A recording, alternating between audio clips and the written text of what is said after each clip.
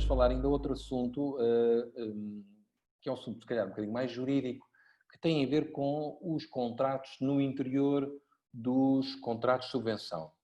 Eu não estou a falar da atribuição de contratos a terceiros, como vocês estão a fazer, porque vocês aí não estão a trabalhar com bens ou serviços, estão pura e simplesmente a trabalhar com a atribuição de valores, não é? Como se fosse uma subvenção, como vocês fossem delegação da União Europeia e atribuíssem subvenções para a execução de determinadas atividades. Naturalmente que estas também convém que estejam minimamente organizadas e que haja regras para a atribuição destas tais, que eu lhes chamo de subsubvenções, mas não há nada, objetivamente, para além daquilo que está escrito no guia prático, ou de forma tão detalhada como aquilo que está aqui, que é para a aquisição de bens e serviços. Ou seja, sempre que vocês querem comprar uma viatura ou adquirir um serviço de formação, ou uma assistência técnica, ou comprar um computador, ou o que for, há regras mínimas que têm que ser observadas e que estão no anexo 4 do contrato de subvenção. É sempre o mesmo anexo, é um daqueles que é standard, que vocês não podem mexer, e a informação que está lá, em bom rigor, é o que está aqui resumida neste slide, nem vale a pena estarmos a olhar para ela outra vez, e é muito elementar. Digamos, é praticamente, salvo erro, se não é uma página, são 2 páginas de anexo e não mais. E o que é que diz? Diz, basicamente, que quais são os princípios gerais que vocês devem seguir na atribuição destes contratos. E esses princípios são, primeiro, por exemplo, que está aí listado, quando vocês lançam um concurso para a aquisição de serviços, o critério de atribuição deve ser aquilo que nós chamamos a melhor relação qualidade-preço. Nós vamos fazer um exercício a seguir para saber como é que vocês, num caso concreto, podem avaliar esse peso. A União Europeia normalmente dá 80% do peso da avaliação à proposta técnica e 20% ao preço. Vocês podem dar 70-30, 60-40, mas tem que haver um equilíbrio entre uma parte que é a proposta técnica, a metodologia, se quiserem, e o preço. Isso é o critério que se deve seguir no caso dos serviços. No caso das obras e dos fornecimentos, aí seguem o critério que é o critério da proposta com o preço mais baixo, desde que a proposta seja tecnicamente conforme. Querem comprar 2 viaturas, vocês no caderno de encargos descrevem em detalhe a viatura que querem, a cor, a potência, a altura, sei lá, o número de mudanças, o número de portas, e no concurso, quem se apresenta ao concurso tem que garantidamente cumprir todos estes requisitos técnicos. Se falhar basta já terá que ser excluído. Se tiverem 2 ou 3 tecnicamente conformes, aí sim o critério deverá ser o do preço mais baixo. Que eu penso, não conhecendo eu em detalhe as regras da contratação pública cabo-verdiana, da administração pública, que não vai fugir muito disto, porque são padrões, são standards internacionais, praticamente. E depois, outra regra que diz é, se vocês por alguma razão não decidirem lançar um concurso, decidirem fazer um ajuste direto, por exemplo, ou restringir os candidatos com candidatos da vossa escolha, dizer, eu vou convidar esses 3 e não mais, e aguardo que eles me apresentem uma proposta. A outra regra que diz aqui no anexo 4 é que vocês devem justificar porque é que convidaram aqueles e não outros. Que é algo, de resto, que eu também imagino que já exista nas regras de contratação pública de Cabo Verde, existe praticamente em todo lado, que é a regra das 3 propostas. Não é? Convite a 3 propostas. Atenção, nós não estamos aqui a estabelecer nenhum limite de valor. O PRAG, o Guia Prático da União Europeia, por exemplo, determina que para compras de menos de 20 mil euros vocês possam fazer um ajuste direto. Depois mais 20 mil euros, em princípio tem que convidar 3, no mínimo. E depois, acima de determinados valores, têm que mesmo publicar um anúncio de concurso. Nós não temos isso aqui por limiares. Portanto, vocês têm que seguir, no caso dos municípios, por exemplo, ou da Associação de Municípios, admito que não tenham outra alternativa se não seguir o Código dos Contratos Públicos cabo-verdiano. Até é mais fácil, têm todas as certezas, seguem o código e para vocês, se calhar, este anexo nem é tão relevante assim. Para os outros, eu diria que têm que estabelecer internamente regras mínimas de como é que vocês vão atribuir concursos. Portanto, estabelecer um limiar, por exemplo, a 3, 20 mil euros ou o equivalente em escudos cabo-verdianos ou um valor inferior, 10 mil, fazem um ajuste direto, acima deste valor fazem propostas a 3, concurso limitado, não é? Por convite e por aí adiante. Portanto, está um pouco a vosso critério fazer isto. É claro que isto, para alguns, deixa-os muito felizes e contentes, do género, vá lá, aqui está uma área em que a União Europeia não me obriga necessariamente a seguir limiares e regras fixas. Para outros, é uma situação que pode ser de enorme desconforto, porque não estão habituados a fazer processos de concurso e têm receio que o auditor, de alguma forma, possa pôr em causa a igualdade de oportunidades, a transparência, etc., que decorre da escolha de um determinado procedimento. Vou-vos dar um exemplo. Nós não temos aqui limiares, mas eu acho que é meridianamente razoável imaginar que nós não podemos fazer um ajuste direto para uma compra de 100 mil euros, embora não tenhamos nenhum limite. Estamos, evidentemente, a violar um princípio que se quer ver sempre garantido, que é o princípio da concorrência.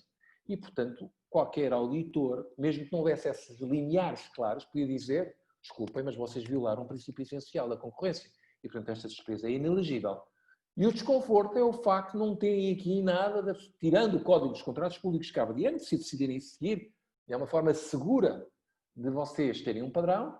Outra alternativa que eu às vezes sugiro, não é obrigatório, é que, tanto quanto possível, acompanhem o guia prático da União Europeia e sigam o guia de aquisição da União Europeia, que tem uma vantagem também, que é, tem lá os modelos todos, tem lá as regras todas, os limiares, os prazos, etc. Para alguns poderá ser muito complicado, para outros que estão mais à vontade, não. E, portanto, eu já vos pergunto, aliás, qual é a vossa experiência nesta matéria e quem é que está a seguir uma coisa ou outra, dependendo da situação. Portanto, o que eu vos quero dizer é que, em princípio, não têm que seguir à risca o guia prático da União Europeia. Não têm. Agora, alguns princípios que são estes que estão aqui, têm que seguir. Portanto, já falámos do critério de avaliação dos serviços, do critério de avaliação de obras e fornecimentos, não é? Num, relação melhor qualidade-preço, noutro, preço mais barato, da proposta tecnicamente conforme. Depois, ter critérios que justifiquem a escolha dos proponentes convidados. Avaliar de acordo com critérios objetivos, portanto, um elemento básico é, no convite, tem que estar lá a grelha de avaliação. Os concorrentes têm direito a saber, é um princípio universal da transparência. Depois, temos que guardar a documentação, lá está, já falámos disso, ainda hoje a Miranda chamou a atenção, da documentação do procedimento contratual adotado, justamente para o auditor perceber também se estes tais princípios que vos falei estão a ser seguidos, igualdade de oportunidades, concorrência, não discriminação, e princípios que justifiquem a decisão, porque é que foi aquele e não foi aquele, não é? E essa história tem que ficar clara e transparente no momento em que o auditor vai fazer o trabalho de auditoria. E, finalmente, como vos digo, vocês podem ou não decidir aplicar os procedimentos previstos no guia prático, no PRAG, ok? Que são apresentados a seguir. É aquilo que eu agora faria. Ou seja, resumindo e concluindo, para aqueles que estão a trabalhar com a administração, os beneficiários institucionais, as câmaras, a Associação de Municípios, Instituto Nacional de Estatística, evidentemente, seguem, não tem alternativa até, de acordo com a legislação cabo-verdiana, o Código dos Contratos Públicos cabo-verdiano. Aos outros, eu vou-vos dar aqui umas pistas de sugestão inspiradas no guia prático que vos podem ajudar a construir um bocadinho um mini-sistema de adjudicação de contratos. Mas permitam-me perguntar, já agora antes de prosseguir, aqueles que não são clientes institucionais, não são câmaras, não são INE, não são Tribunal de Contas, os outros como é que se seguem o Código dos Contratos Públicos de Cabo Verde, se criaram de raiz um pequeno sistema de aquisições, se não é uma coisa em que deem grande importância e não têm pensado muito nisso, eu gostava de vos ouvir, pelo menos um ou dois, para saber como é que estão a fazer isto. Quem quiser, pode dar o seu contributo. Nós não somos Câmara, mas seguimos, quando trabalhamos com o Maio, seguimos os procedimentos da parte pública. De resto, quando são ONGs, trabalhamos de acordo com os procedimentos, portanto, com a orientação que vem. Acima dos 20.000 fazemos a procura de propostas e também seguimos um pouco o que vem no nosso manual interno. Tem um manual interno, pronto. Temos. Ok, isso é muito Eu, importante. da minha experiência,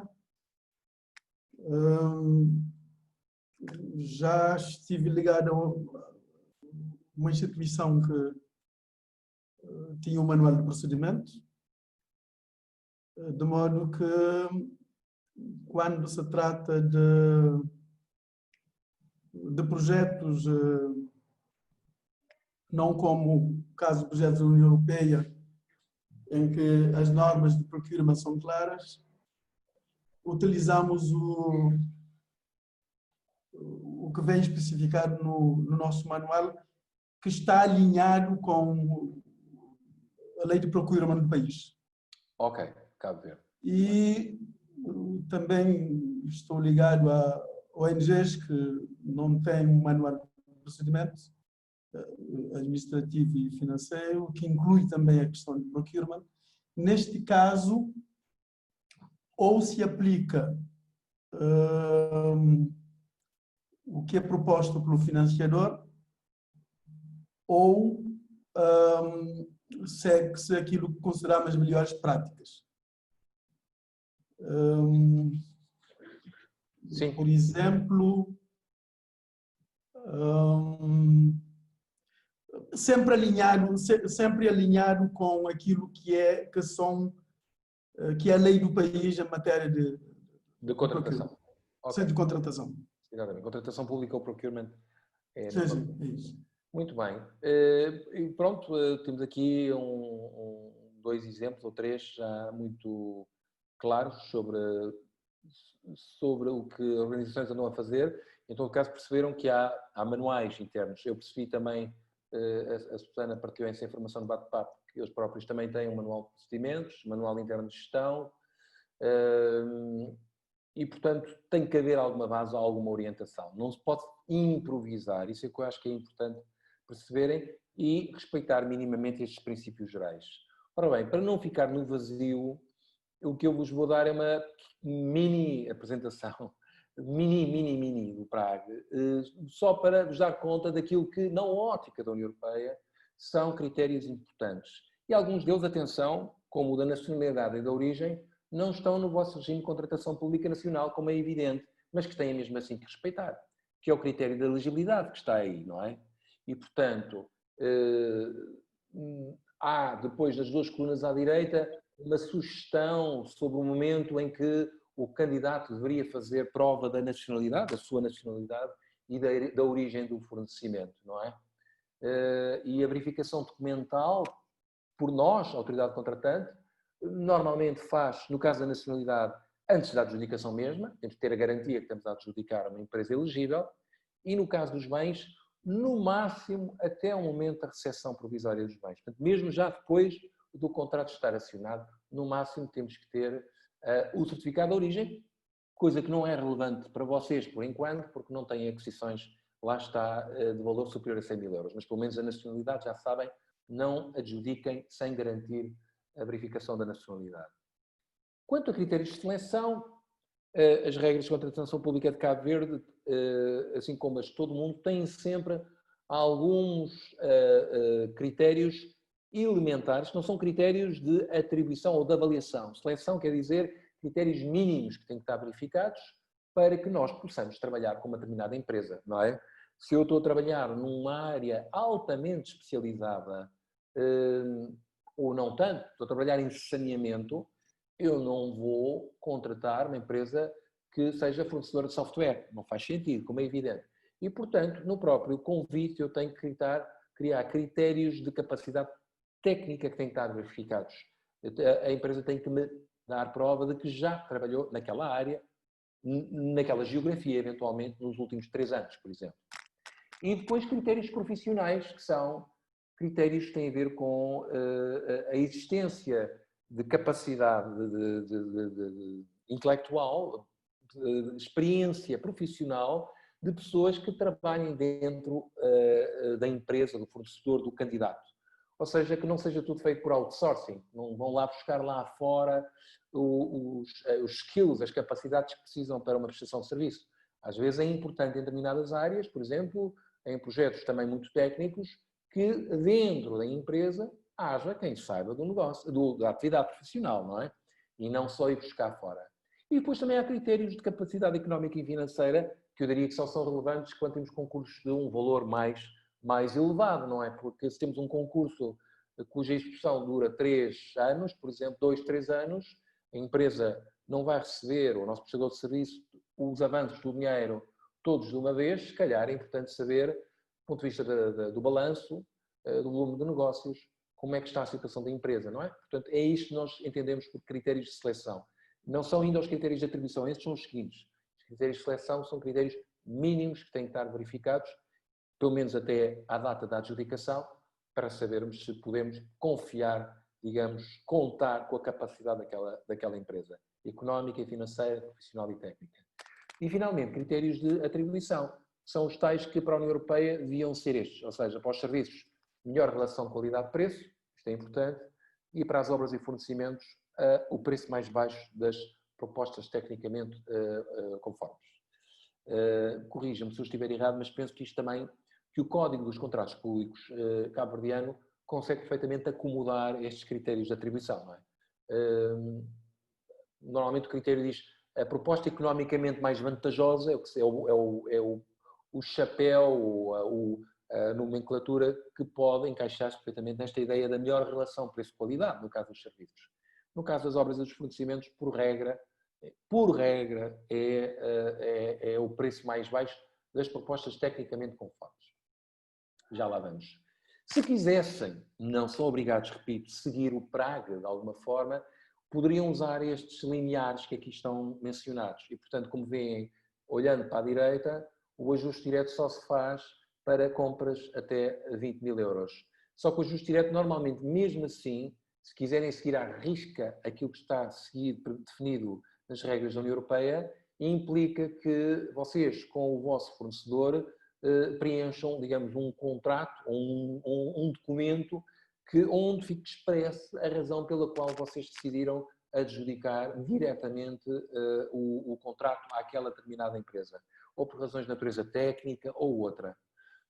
Só não têm que fazer, de acordo com as regras da União Europeia, repito, se quiserem seguir nesta matéria, que é para pequenas compras até 2.500 euros ou o contravalor em escudos cabo-verdianos, não precisam o tal relatório que nós chamamos de relatório de negociação. E pronto, podem chegar à loja, compram 3, 4, 5 computadores, pedem uma fatura, pagam, ficam com comprovativo de pagamento. Evidentemente, a boa prática diria que se calhar poderiam, no mínimo, pedir 3 orçamentos, só para ter noção que não estão a comprar gato por lebre e que estão a comprar aquilo que querem pelo melhor preço possível. Mas é uma boa prática. E depois a União Europeia, a partir de 20 mil, começa a complicar as coisas. Embora complicar não tanto ao nível daquilo que nós chamamos agora os procedimentos simplificados, no caso dos serviços até 300 mil euros, nos fornecimentos até 100 mil e 300 mil nas obras, que para vocês chega e sobra em termos limiares. Mas estamos aqui a dizer o que é o procedimento simplificado. É aquele onde obrigatoriamente vocês têm que convidar no mínimo 3 fornecedores, 3 empreiteiros, 3 prestadores de serviço para apresentarem uma proposta. E, portanto, escolhem, de acordo com o vosso critério, preparam um caderno de encargos, enviam um dossiê de caderno de encargos, estabelecem um prazo e aguardam as propostas. Sendo que no próprio processo de concurso têm que enviar qual é a grelha de avaliação que vão seguir e de alguma forma, desta forma simplificada que estou a explicar, estão a seguir aquilo que, segundo o PRAG, se chama procedimento simplificado. Eu nem sequer vos vou falar dos outros, porque os outros dificilmente os vão usar, porque já são de valores bastante mais elevados, mas basicamente são concursos públicos que obrigariam à publicação de anúncios nos jornais ou outros mídia e teriam outro nível de complexidade, se calhar não se justifica para esta explicação que temos aqui. Mas imaginemos que vocês, até mais de 20 mil euros, decidem seguir o tal procedimento simplificado. Se seguissem o guia prático da União Europeia, e era uma forma segura de não estarem a fazer nada que pudesse ser considerado violador das regras da transparência, da proporcionalidade, da não discriminação, seguiriam esta linha do tempo, tendo em atenção a uma coisa que também é importante para a União Europeia, que é a questão do prazo mínimo da apresentação das propostas. O tal anexo 4 não define 30 dias mínimos para a apresentação de candidaturas, mas nós também não temos que ser razoáveis, porque se dermos 5 dias, o provável é que ou não tenhamos proposta nenhuma, ou se temos uma proposta de boa qualidade, até de suspeitar que já estava tudo combinado e que basicamente já havia alguém em vista para nos apresentar a proposta e estávamos a usar os 5 dias para que os outros não tivessem sequer hipótese de apresentar nada a concurso. E, portanto, daí que normalmente se estabelece um prazo mínimo que não está, repito, definido, mas que eu diria, se quisesse jogar pelo seguro, seria 30 dias corridos, não é úteis. É claro que às vezes há urgências e às vezes os 30 dias não chegam, 20, 25, menos do que isso é preciso ter algum cuidado. E, portanto, preparamos um dossiê de concurso e convidamos 3 candidatos, ou mais, 3 no mínimo. E depois há uma data limite para a recepção das propostas. Normalmente prevê-se um prazo para a apresentação de dúvidas que existam sobre o conteúdo do caderno de encargos e nós temos até uns dias de data limite para prestarmos esses esclarecimentos. Estou certo, no Código dos Contratos Públicos de Cabo Verde existe, não necessariamente com estes prazos, mas uma norma, não é? De esclarecimento aos concorrentes sobre eventuais erros e omissões que resultem do concurso. Aqui não há nada de novo. Depois há um prazo para a avaliação das propostas e durante essa avaliação temos que ter um júri. Normalmente aí também há uma exigência, isso é importante, de haver um júri composto por mais que uma pessoa. Se é um júri, serão 3 pessoas, membros votantes, ok? Portanto, isso também é uma exigência. A União Europeia até complica, entre aspas, porque há um presidente, há um secretário que não têm poderes de votação e depois há 3 membros votantes que fazem a votação, a avaliação propriamente dita. Eu diria que um comitê de avaliação com 3 pessoas já seria manifestamente suficiente para garantirem a transparência e a objetividade do procedimento. A identidade destes membros deve permanecer confidencial, por razões evidentes, e as propostas normalmente têm um prazo de validade que vocês também podem estabelecer, porque o concorrente não tem que estar amarrado às suas propostas e àquele preço ad eterno. Portanto, normalmente há um prazo, no caso da União Europeia, de 90 dias, que já é muito generoso, e eventualmente prorrogável por mais 40. Não precisa de ser tão longo. Tenham em atenção que se estabelecerem um prazo de validade das propostas, têm que concluir o processo de avaliação dentro deste prazo de validade, ok? Há de chegar um momento em que tomam uma decisão, notificam o candidato vencedor. Aqui não há regras do prazo, evidentemente, normalmente é tudo por escrito, por correio, digamos, ao nível nacional, ou através de um sistema, digamos, computurizado, no caso da União Europeia, mas aqui vocês podem fazer até por e-mail, por exemplo. Não é? Há um e-mail, um endereço de correio eletrónico e as propostas são submetidas através desse endereço. O que eu sugiro é que se crie uma conta específica que não seja a conta pessoal de alguém, por razões evidentes, temos que manter a confidencialidade de quem recebe as propostas, por exemplo, uma conta de e-mail para receber aquela proposta. É avaliada, a notificação pode ser feita por e-mail também, ao vencedor e aos demais, e depois há um prazo para a preparação do contrato e assinatura. A União Europeia tem aqui uma coisa que já não é tão novo assim, tem pelo menos 2 anos, que é um prazo que nós chamamos de prazo standstill, que vocês não precisam de fazer, naturalmente, mas que é um prazo que permite a concorrentes que tenham sido, que não ganharam, terem um prazo de reclamação do conteúdo do processo de concurso. Enfim, penso que não justificará no vosso caso ter isto, mas pelo menos definir ali um prazo para a celebração dos contratos, penso que poderá ser importante. Definir à partida um máximo de 60 dias, por exemplo, para que o máximo, que eu acho que já é muito tempo, para que o contrato seja preparado e assinado por todas as partes. Isto é uma sugestão. Outra sugestão é a composição do Comitê de Avaliação. No mínimo 3, já sabemos, em número ímpar, membros votantes. Se quiserem complicar, entre aspas, ponham um presidente a dirigir os trabalhos, que é alguém que deve conhecer mais ou menos como é que as coisas devem seguir, que é algo que está ali com uma função de esclarecimento sobre o conteúdo do caderno de encargos, que desempacta situações ou esclarece critérios de avaliação e alguém que faça a ata, normalmente o secretário, e as contas da avaliação. E nós dizemos, mesmo os designados pela autoridade adjudicante, o que é que isto quer dizer? Que normalmente, não é obrigatório, se for uma organização maior, estas pessoas seriam designadas pelos corpos diretivos, se quiserem, da organização e seriam pessoas técnicos, gestores de projeto, por exemplo, que fariam parte deste comitê de avaliação. Evidentemente têm que conhecer a língua do processo, isto no vosso caso não é um problema, mas nos concursos da União Europeia, evidentemente, são concursos internacionais e isso pode ser um problema. E a identidade permanece confidencial, como é evidente, não é? Às vezes, não é obrigatório no vosso caso, no caso da União Europeia, assina-se sempre uma declaração de objetividade e confidencialidade, uma declaração de honra, não é? Ora bem, desculpem passar assim um bocadinho mais a correr, porque, enfim, tem que perceber os princípios gerais e essenciais que têm que seguir, não conhecer tudo em detalhe. Agora eu queria só chamar a atenção para algo que, no caso dos serviços, pode ser importante e é uma distinção que a União Europeia faz, que é a diferença entre contratos por honorários e contratos por preço global. E que vocês podem estabelecer nos vossos concursos também. Não sei se vocês têm essa distinção. Portanto, para concursos de mais longa duração, aí normalmente vocês optariam por contratos com os vossos prestadores de serviços baseados em honorários. O que é que isto quer dizer? Quer dizer que vocês vão ter consultores a trabalhar convosco num determinado projeto, mas vocês não sabem exatamente quanto tempo é que vão necessitar de trabalho da parte deles ao longo da execução do trabalho. Sabem só qual é o resultado que querem atingir. Sabem quais são as atividades gerais que terão que prestar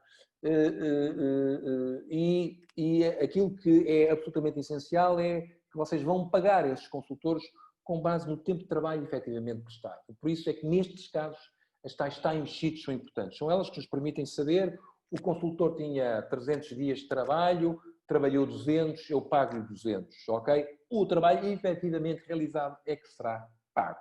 É uma opção que vocês têm que fazer à partida quando lançam os concursos. O mais comum, eu diria, à escala dos vossos projetos, o mais fácil de gerir, são os contratos por preço global. O que é isto? Quer dizer que os resultados a alcançar do contrato são muito evidentes, é um estudo, é um relatório, é uma ação de formação, é um manual e não se preocupam tanto em pagar em função do tempo efetivamente prestado. Estão preocupados aí ele alcançou o resultado, ele fez o manual como eu lhe pedi, ele fez o estudo que eu exigi de acordo com aqueles termos de referência, se o fez, eu pago-lhe aquele montante. Agora, há uma outra diferença, não quero entrar agora em grandes detalhes, que é o seguinte, enquanto que no preço global os custos e os honorários estão no mesmo valor, ou seja, quando vocês recebem uma proposta de um candidato, ele limita-se a dizer são 50 mil euros, ou o contravalor em escudos, e dentro destes 50 mil euros estão os honorários e estão os custos de viagens, de ajudas de custo, o que for, do fornecedor, ou da empresa, perdão, do prestador de serviço, nos honorários normalmente faz uma linha orçamental distinta para os custos, ou seja, nós apenas pedimos que eles nos apresentem na proposta qual é o valor dia, não é, que querem propor e a gente multiplica pelos tais, sei lá, 50, 100 dias e encontra o total. E depois tudo o que são custos que eles tenham que realizar durante a execução do projeto, com viagens, com fotocópias, com serviços de tradução, por exemplo. Nesse caso, nós reembolsamos contra a fatura, pelo valor efetivamente gasto. Temos um valor máximo para reembolso das despesas e fazemos dessa forma.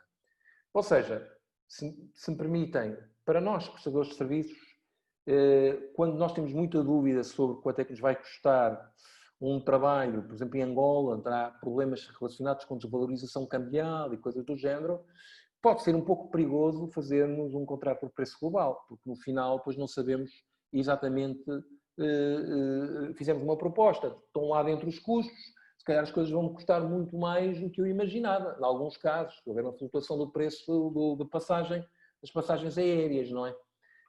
Mas para projetos de curta duração, em contextos, digamos, mais controlados, como Cabo Verde, que os riscos não são tão evidentes, tanto para um fornecedor quanto para vocês, é muito mais fácil para irem para um contrato de preço global e, portanto, eu diria que, basicamente, o que têm que fazer é dizer, nos termos de referência, é este o resultado, é isto que nós queremos de vocês e aguardar que eu vos apresente um preço global que abarque todos os custos e todos os honorários. Sem que vocês, em bom rigor, nunca cheguem a saber o que é custos e honorários, em bom rigor. Evidentemente, por preço global não quer dizer que não haja uma data limite para a realização do serviço. Portanto, estabelecem essa data limite, eu quero que me entregue o estudo até à data tal. Espero não estar aí demasiado depressa, se não digam-me, por favor. Por favor, interrompam-me ou falem-me da vossa experiência ou daquilo que é habitual seguirem no vosso caso. Eu aqui tenho uma sugestão apenas, que são os critérios de avaliação seguidos pela União Europeia nos contratos por preço global. Ou seja, no preço global avalia-se a organização e a metodologia, normalmente, e quando se recebe a proposta técnica, na parte da proposta técnica, olha-se para estes critérios, que são a justificação, a estratégia, o chamado backstopping, a função de apoio, a participação dos membros do consórcio e o calendário de atividades. Ora bem, isto é já para prestações de serviço de alguma complexidade. Vocês não precisam de fazer isso. Podem ter só um único critério com metodologia. Pode perfeitamente ser assim, não é? E, portanto, a metodologia estar dividida eventualmente em 2 ou 3 áreas principais. 30%, 30 para uma, 30 para outra, 40 para outra, por exemplo. Portanto, isto é uma mera orientação, como é evidente. Vocês têm a total autonomia para definir o que é que seriam os critérios de avaliação num contrato, por exemplo, por preço global. Se quiserem complicar e caprichar, como se costuma dizer, nos contratos por honorários, aqueles que são pagos em função do número efetivo de dias de trabalho, a União Europeia já tem já é para grandes contratos, atenção, uma aproximação um bocadinho diferente, e aí já não olha só para a metodologia, olha também para algo que é muito importante, que é os peritos individuais, ou seja, avalia separadamente, na tabela de avaliação temos uma parte para a metodologia e outra para, digamos, os consultores que vão trabalhar naquela prestação de serviços. E, portanto, normalmente, o que é que avaliamos para cada consultor? As habilitações e competências, portanto, habilitações académicas, competências linguísticas, por exemplo, habilitações profissionais gerais, têm 25 anos de experiência, por exemplo, e a experiência profissional específica no ramo específico do saneamento na África Ocidental ou em Cabo Verde, por exemplo. É este tipo de critérios que poderiam afinar um bocadinho mais os requisitos para a avaliação dos peritos. E, portanto, se a vossa ideia fosse fazer um contrato por honorários, na ótica da União Europeia teriam que dividir, digamos, uma parte da avaliação para a metodologia e outra para avaliar os CVs, os currículos dos peritos. Eu não queria ligar, como nós dizemos aqui, o complicómetro, mas eu estou só a dar pistas, atenção. Isto é que é o difícil, curiosamente, parece que não, mas é dos módulos mais difíceis desta formação, porque, em bom rigor, não há pouco que vos possa dizer que seja absolutamente obrigatório que tenham que fazer, tirando aquilo que está no anexo 4. E eu estou-vos a dar pistas, sobretudo para aqueles que não têm qualquer orientação sobre aquilo que querem fazer, ou em termos de regras de contratação.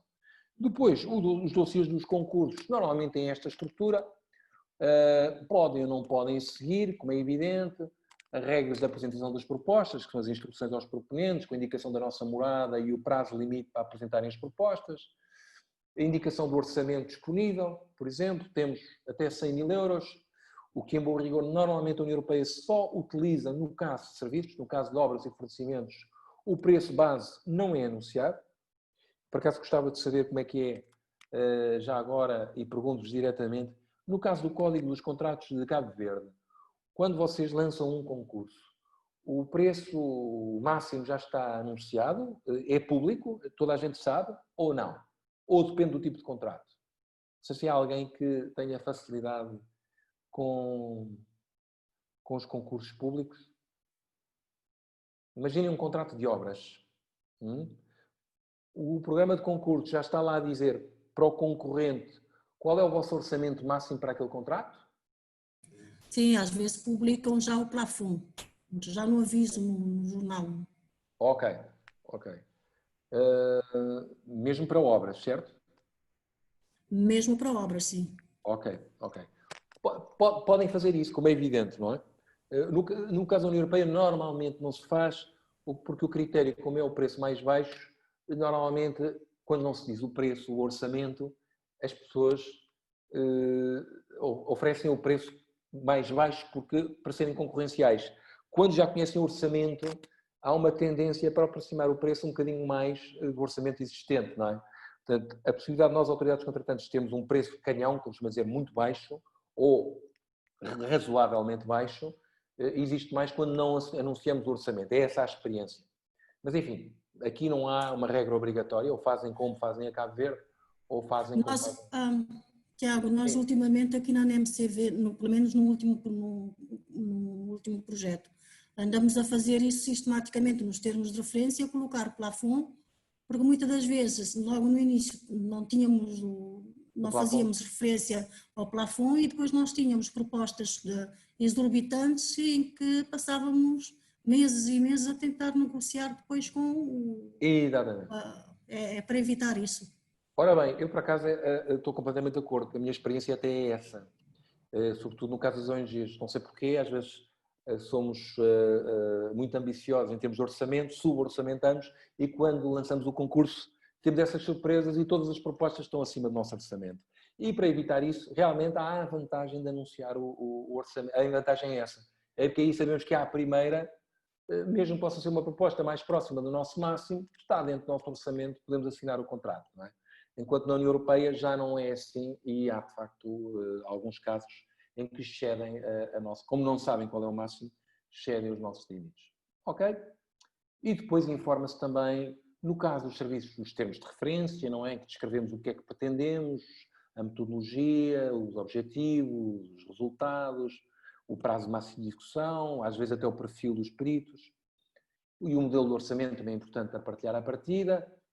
Se tiverem condições gerais e especiais para partilhar com os anexos, divulgam logo neste momento. Se tiverem a coisa bem, um manual de procedimentos muito sólido, ou então seguem o Código dos Contratos Públicos de Cabo Verde, onde isso, as pessoas basta irem à lei que já sabem quais são as condições habitualmente aplicáveis, mais o caderno de encargos, já têm toda a informação que precisam. E muito importante, eu acho que isto é muito importante, é os critérios de avaliação. Toda a gente tem que saber, isto é que é absolutamente essencial, saber como é que nós vamos avaliar as propostas, para dizer X pontos para o critério metodologia, X pontos para o critério perfil técnico dos consultores e por aí adiante. Isso é que tem que ser anunciado antecipadamente. E depois, eu tenho aqui, enfim, algumas regras do chamado sistema duplo envelope da União Europeia, mas que, em bom rigor, apenas faz sentido se vocês receberem as propostas por correio. Eu, por acaso, tenho ideia que em Cabo Verde, neste momento, a Susana e os demais, digamos, estão a trabalhar com as organizações institucionais, que vocês já têm um portal da contratação pública a funcionar, ou não? Ou seja, as propostas já são submetidas por meio eletrónico ou ainda em papel? Nós, no nosso caso, recebemos em papel e em eletrónico também, para facilitar, porque há propostas que são enviadas às outras ilhas. Sim. Facilita enormemente. Eu não sei a nível da função pública, pois. Eu sei que houve concursos para obras em que as obras devem ser feitas a nível dos municípios, então as empresas entregavam as propostas, quer no Ministério, no INGT, também nos municípios. Ok. Porque eu tenho ideia... forma papel. Não tenho, acho que não houve... Okay. Pelo menos eu já participei em comissão de júri em que era só papelada, naquilo não havia versão eletrónica. Porque eu tenho ideia... Bom, então é um processo que está em curso. Eu há 3 anos, curiosamente, estive em Cabo Verde a trabalhar num projeto de governação eletrónica e tive que fazer uma série de entrevistas e na altura estava-se a preparar então... Já se tinha adequado, aliás, a lei à possibilidade de se fazer contratação eletrónica através de um portal, não é, eletrónico, e pronto, tinha a ideia que o processo, e se calhar já está mais avançado, vocês não me conseguem confirmar, será em todo caso esse o futuro. Portanto, se calhar agora com o Covid vão despachar isso, que estão a tentar agora o resto, exatamente. Sim. Ora bem, se quiserem seguir aquilo que ainda é a prática dos concursos lançados pelos ordenadores nacionais, quando, por exemplo, o Ordenador Nacional de Cabo Verde, o Ministério das Finanças, com o dinheiro da União Europeia, lança concursos, não é? Nesse caso, as propostas são enviadas em formato de papel. E, portanto, normalmente o PRAGU que diz é que as propostas técnica e financeira, no caso dos serviços, são enviadas em envelopes separados, não é? E depois colocados num terceiro envelope juntos, que é então entregue antes do prazo nos serviços do Ordenador Nacional, ou de quem for a autoridade contratante. Isto é uma boa prática porque nós vamos ver, agora vou-vos mostrar, por exemplo, como é que a União Europeia faz o cálculo da melhor relação qualidade-preço e vamos ver que, normalmente no caso da União Europeia, se abre primeiro a proposta técnica e só quem atingir um mínimo de valor, digamos, na avaliação técnica, é que passa à fase da avaliação financeira. Quem não atingir aquele mínimo não se pode abrir o envelope da proposta financeira.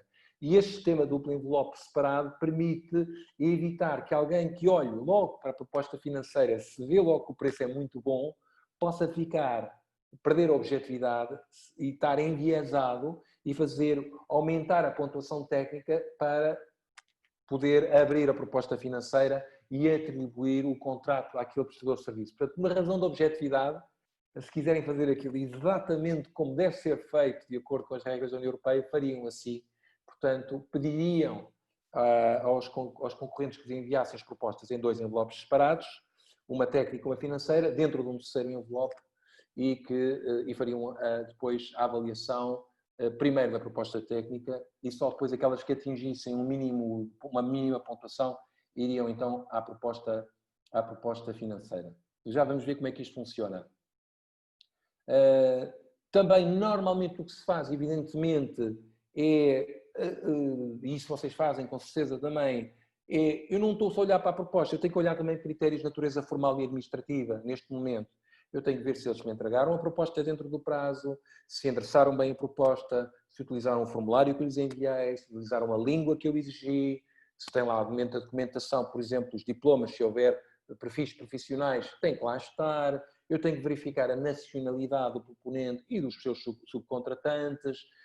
Essa informação toda tem que, de alguma forma, constar da proposta. E, portanto, normalmente utilizam-se checklists que permitem verificar se estes critérios formais e administrativos estão verificados. Se não estiverem verificados, nós podemos chumbar logo as propostas neste momento, ou eventualmente, se tivermos bom coração e se aplicarmos o princípio da proporcionalidade, dar 24, 48 horas para que eles possam, por exemplo, apresentar-nos um diploma que não esqueceram de nos enviar, por exemplo, ou clarificar-nos algo que pode não ser claro na proposta.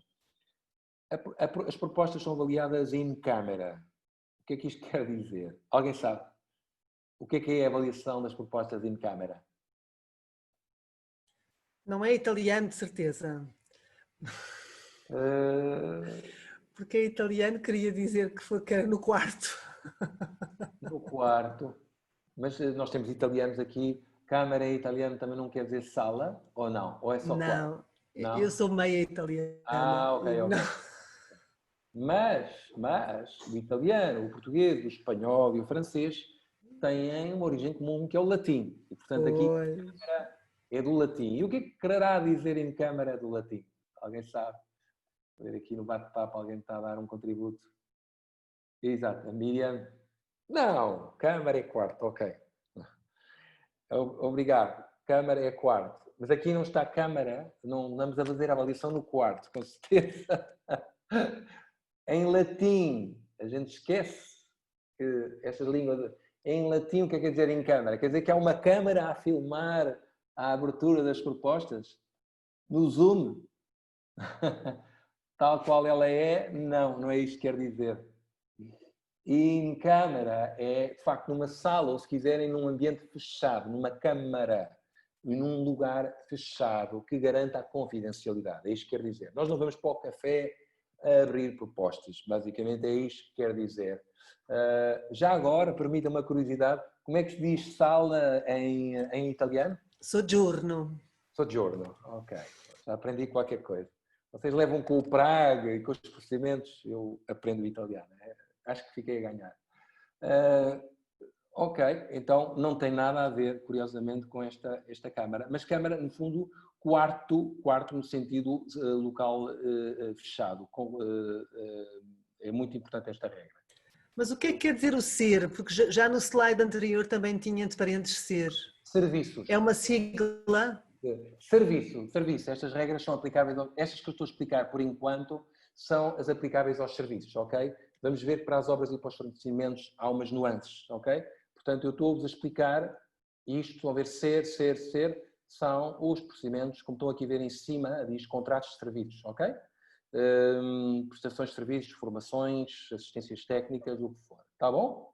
Eu vou-vos fazer, então, uma explicação antes de podermos passar ao exercício. E eu agora tenho que vos mostrar o PRAG. Então, o PRAG está aqui, o 2009, que é o documento este que está aqui. O que é que eu vos vou mostrar no PRAG? É uma explicação de como é que a União Europeia faz, quando é a União Europeia a fazer, a melhor relação preço-qualidade, que é o critério, como sabem, que a União Europeia utiliza para os contratos de serviços. Agora, eu não queria estar a passar, vou ver se consigo ir ao índice e clicando no índice ir diretamente. Não, nós estamos nas subvenções, fornecimentos, não dá para trás. Eu vou encontrar aquilo que preciso aqui. Não, dos fornecimentos, um bocadinho atrás. Ok. Estão a ver? Estão a ver o PRAG? Sim? Sim, estamos ok. Então é assim. Vou-vos dar uma explicação que vos pode ser útil para esta formação, no caso de um dia quererem utilizar o critério. Não, vocês têm de utilizar o critério de melhor relação qualidade-preço. Eu vou explicar como é que se faz.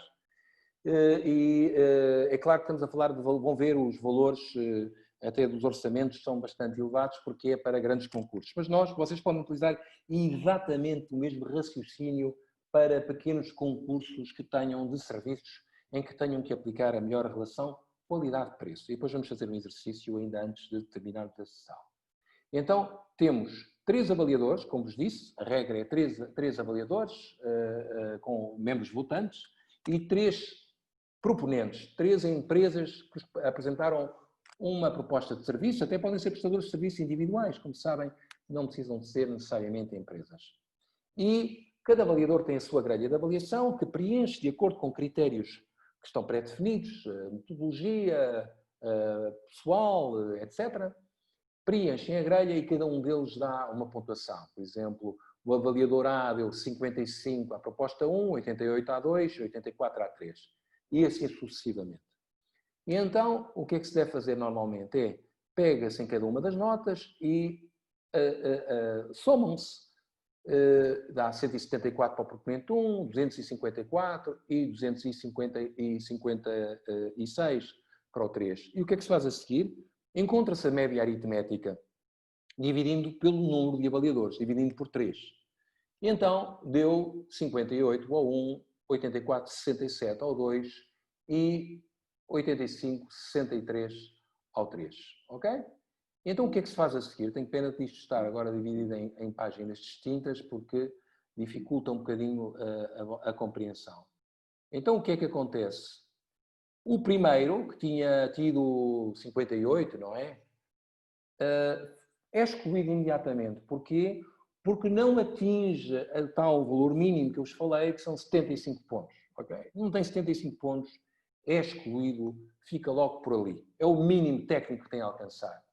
Enquanto os outros, o que é que acontece? O 3, que tinha tido 85,33 pontos, nós na pontuação técnica, como é a pontuação máxima, vamos dar-lhe 100 pontos, ok? 100 pontos, é assim que se faz. Portanto, a pontuação técnica, em bom rigor, não é 85,33, é ao que tem mais, damos 100 pontos. Já vão perceber porque é que se fazemos isso assim.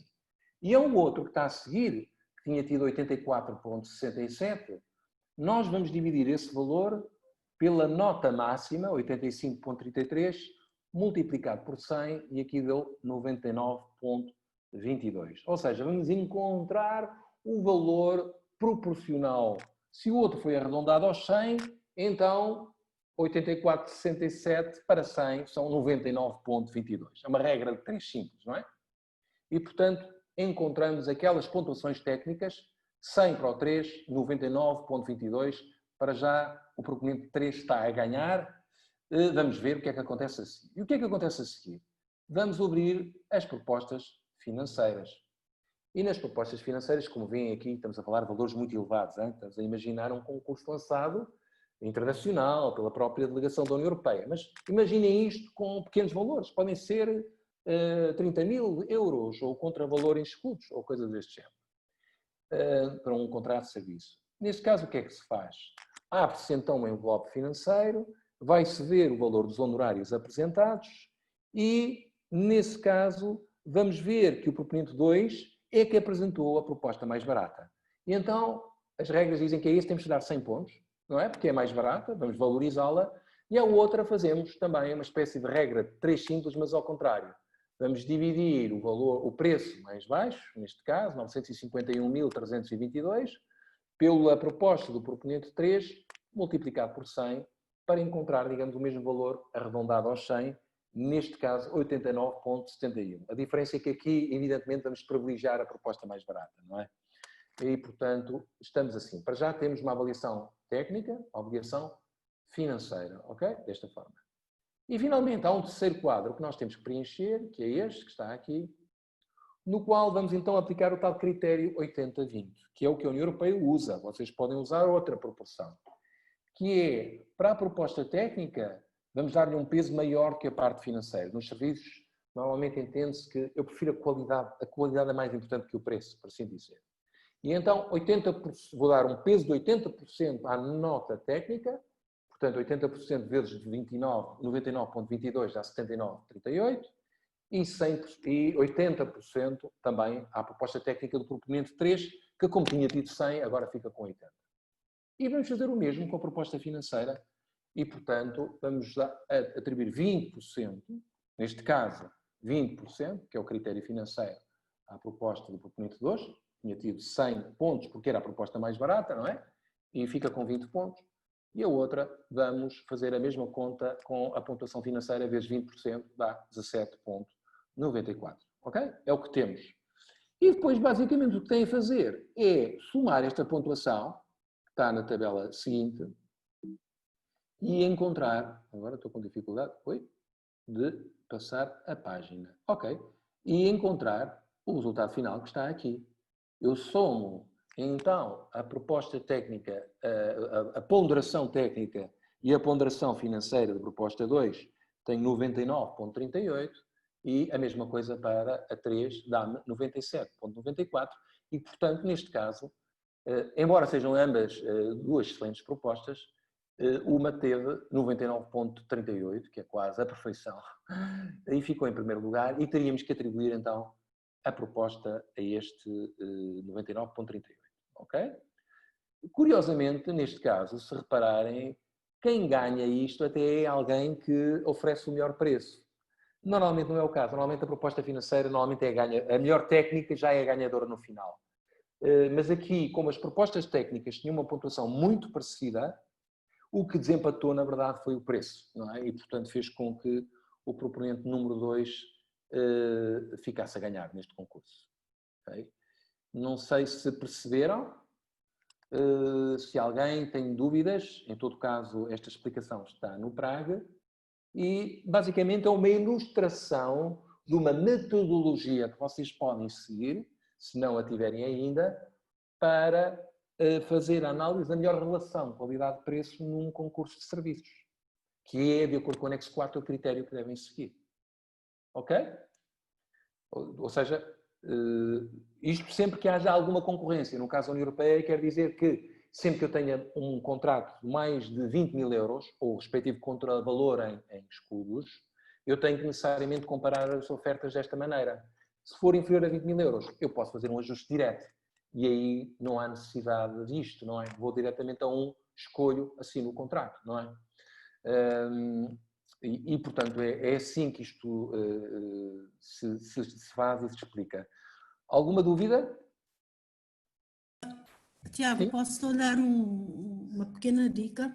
Sim. Em relação a quando nós quando publicamos o plafond, não é? Já no momento do concurso, a tendência das empresas é apresentarem um orçamento muito puxadinho para esse valor. Então, o que é que nós... não é? Às vezes a parte já na proposta financeira não tem assim tanto... não tem muita relevância. Então, o que é que nós fazemos? Acrescentamos e damos muito valor à parte da parte técnica. Sim. E mesmo na parte técnica, se houver algum empate, acrescentamos sempre os tais subcritérios que são os tais head value, não é? O valor acrescentado. Sim. Na parte de valor acrescentado aí é que tens que refinar muito bem e ter a tua empresa, a empresa que apresenta realmente uma proposta técnica com um certo valor. Ok, faz todo sentido, e há algumas áreas que são muito concorrenciais e, portanto, também os preços estão mais ou menos standardizados. E o que é realmente importante, em bom rigor? No final do dia, o que é importante... Nós já tínhamos aquela rúbrica no orçamento, não é? Não vamos ficar ricos. Se sobrar dinheiro, temos que devolver à União Europeia. Então, mais vale apostarmos na qualidade, não é? E, portanto, realmente o critério da qualidade aqui é que é importante, não é? E até podia ser mais que 80% na qualidade, não é? Mas alguma coisa tem que ser para o preço, como é evidente, não é? Podia ser 90-10, não me chocava, não é? Eu queria só saber se perceberam mais ou menos estes cálculos, enfim, porque em todo caso nós vamos fazer um exercício que era aquilo que eu vos desafiaria a fazer a seguir, um caso também simulado, mas este exercício é interessante, pode demorar algum tempo. Eu tenho que vos mostrar os documentos que vocês devem levar em consideração para os exercícios, está bem? É o exercício 11, que é constituído por 5 partes. Um enunciado e 4 orçamentos. Mas eu vou-vos mostrar o enunciado e já vos mostro os orçamentos. Portanto, está em inglês, eu sei. E não tenho isto em português. Mas pronto, evaluator, avaliador, company, companhia, não é assim tão difícil. E basicamente o que é que temos aqui? Já temos, digamos, a parte técnica preenchida com as notas. O que vos peço é que completem a tabela a partir de onde diz total e média aritmética e avaliação técnica, com aquelas contas que eu vos expliquei e que, em todo caso, tem aqui a explicação na caixinha com que contas mais ou menos é que têm que fazer. Na média aritmética é fácil, é dividir os totais por 3, tem a média. Na avaliação técnica, já sabem, têm que encontrar qual é a pontuação, a média aritmética máxima, e nesse caso as outras vão divididas pela máxima e multiplicada por 100, não é? É assim que se faz. Portanto, é a primeira coisa que tem que fazer, cada grupo, é preencher esta tabela. Depois de preencherem esta tabela, vão olhar para os documentos do orçamento, que eu já vos mostro no fim, tirar lá fees, como sabem em inglês quer dizer honorários, tiram o valor dos honorários e põem aqui o preço oferecido por cada empresa. E depois disso tem que fazer esta avaliação financeira, em que, como sabem, tem que pegar nos honorários mais baixos das 4 empresas, dividida pelos honorários apresentados por aquela empresa que estamos a avaliar, multiplicado por 100, perdão. Portanto, isso é a forma de fazer a avaliação financeira. E, finalmente, pegam nos resultados da avaliação técnica, da avaliação financeira, e multiplicam por 80% ou por 20%, consoante seja técnica ou financeira, encontram o resultado, somam e dizem-me quem é que ficou em primeiro, segundo, terceiro ou quarto lugar, se é que os 4 chegam à final, porque pode alguém ter sido excluído numa fase anterior por razões que eu já expliquei, não é? Porque não atingiu, por exemplo, o mínimo técnico dos tais 75 pontos mínimos que tem que ter na média técnica. E, portanto, onde é que encontram os honorários? Aqui têm 4 empresas. Isto é da empresa 1. Eu sei que eu vou ser claro aqui para que não haja não percamos tempo.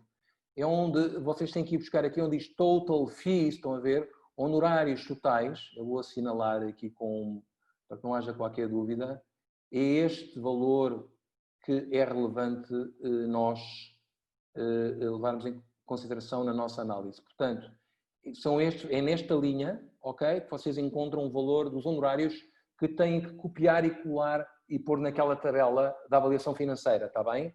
Não é o total com verificação de despesas, isso é não vale a pena, isso é para projetos da União Europeia que implicam verificação de despesas e custos reembolsáveis, não vamos levar isso em consideração. Portanto, onde está aqui, estão a ver, o 1.166.000, será esse o preço a levar em consideração, e o mesmo aplicável às outras propostas. Por exemplo, se eu vou aqui à proposta da empresa 2, vão encontrar algo de parecido, evidentemente com outro valor. Empresa 2 está aqui, ok? Desculpe. E o total fee está aqui, ok? É este, neste caso. É este valor um bocadinho mais elevado, 1.314.000. Estão a perceber o exercício? Portanto, basicamente é preencher aquela tabela com os dados que já têm da informação para a avaliação técnica, com os honorários que encontram aqui nas propostas financeiras. Eu quero que me digam quem é que ganhou este concurso e quem é que ficou em segundo, terceiro e quarto lugar. E já agora com que pontuação. Ok?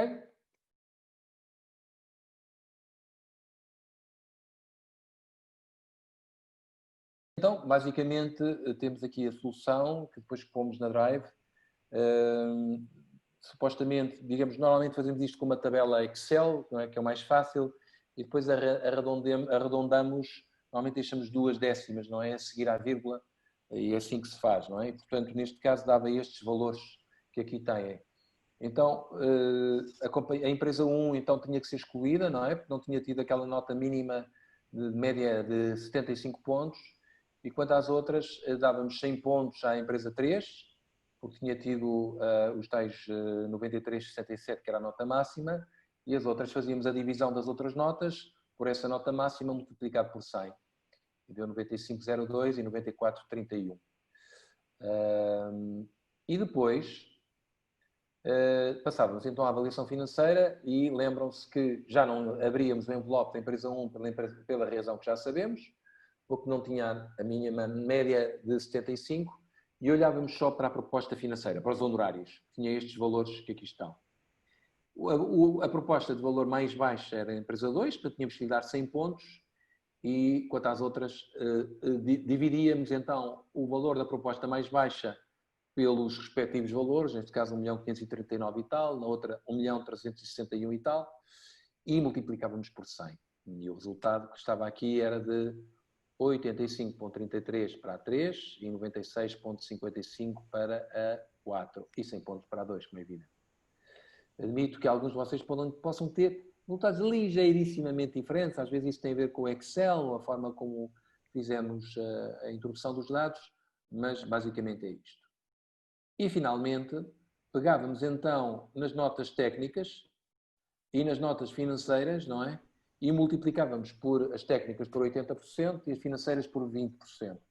E dávamos estes valores para as empresas 2, 3 e 4. Por exemplo, a 3, que tinha tido a melhor nota técnica, tinha levado 100 pontos, se multiplicarmos por 80%, dava 80. A 2, a mesma coisa, se multiplicássemos por 20%, dava 20. E assim sucessivamente. E, portanto, somando todas estas parcelas, dava-nos 96,01, 97,07 e 94,75. Portanto, a 3, eu isso acho que aqueles que chegaram ao fim, não sei se exatamente, rigorosamente para este valor, atribuíram todos à 3, não é? Houve alguém que tivesse, por alguma razão, chegaram a um resultado diferente. Eu não estou a falar de um número à décima, mas alguém teria atribuído o contrato à empresa 2, ou à empresa 4, ou à empresa 1? Não, pois não? E já agora, alguém teve resultados numéricos diferentes destes totais que aqui estão? Aqueles que chegaram ao fim, que partilharam no bate-papo os resultados, tiveram, sei lá, em vez de 96,01, podem ter tido 96,02 ou 96,00, e o mesmo para as outras, ou não? E agora, se alguém tiver tido um resultado diferente, diga. Mas isso, enfim, A minha preocupação aqui, evidentemente que o rigor é muito importante, e portanto para isso é que temos as tabelas Excel, é que sigam este raciocínio.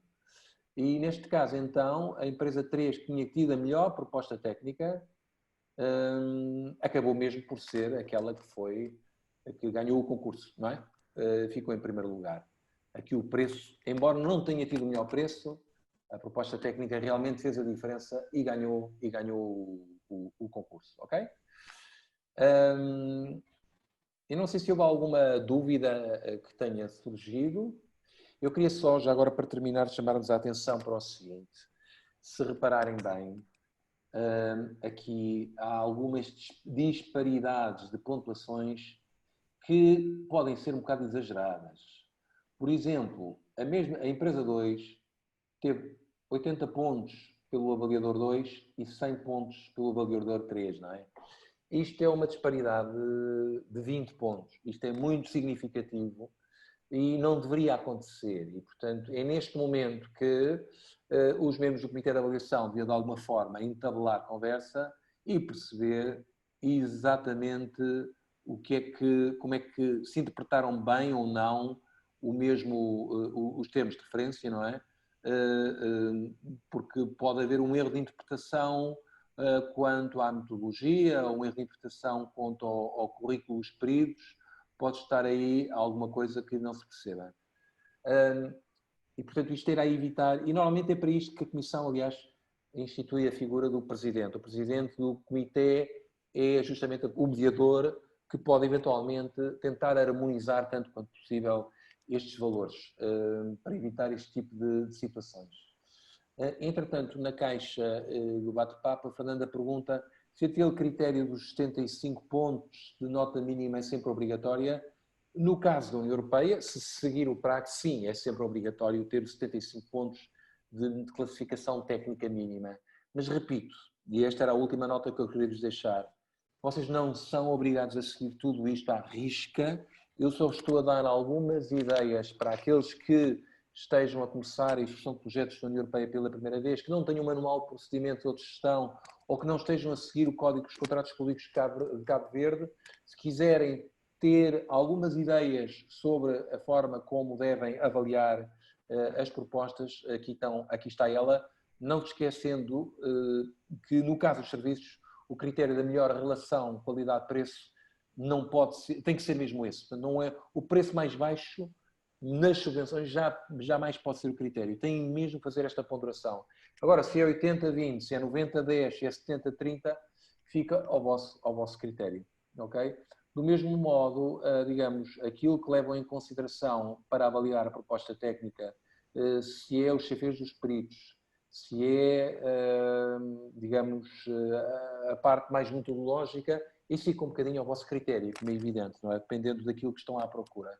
Agora, têm que encontrar uma forma de calcular e comparar as propostas, e por isso é que vos apresentei este exercício que aqui está, cuja lógica, atenção, apenas é aplicável então aos serviços. Amanhã de manhã, então, muito rapidamente, antes de começarmos aquilo que era mesmo o programa da manhã, passávamos rapidamente então por quais são as regras específicas que teriam que seguir no caso das obras e dos fornecimentos. De resto, da minha parte, por hoje é tudo.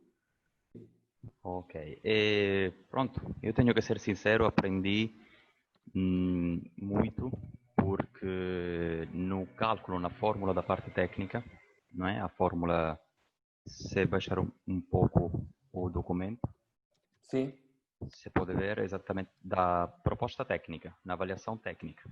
Desculpe, assim. Ok, ok, perfeito. A fórmula final, quando estamos fazendo a avaliação técnica, não é? Apresenta a pontuação a dividir pela pontuação mais alta, maior, não é? Sim. Vezes 100. Quando na proposta financeira é invertida. Exatamente. E para mim este foi um exercício muito bom, porque aprendi, talvez tenha cometido um erro uma, duas vezes, não aplicando a letra esta fórmula. Esta coisa, ok. É invertida porquê? Porque na proposta financeira queremos dar peso digamos, ao preço mais baixo. Portanto, o valor mais baixo que nos aparece é aquele em que temos que dar 100. E por isso é que as contas são feitas depois ao contrário, não é? Mas obrigado pela observação. Como digo, isto é útil não só para estes contratos no interior dos contratos de subvenção, mas se um dia concorrerem a um contrato de serviços da União Europeia, de procurement, não é? Assistências técnicas, formações, estudos, o que for, ficam a saber que é este o critério que a União Europeia segue sempre, para os serviços. É assim que se fazem as contas.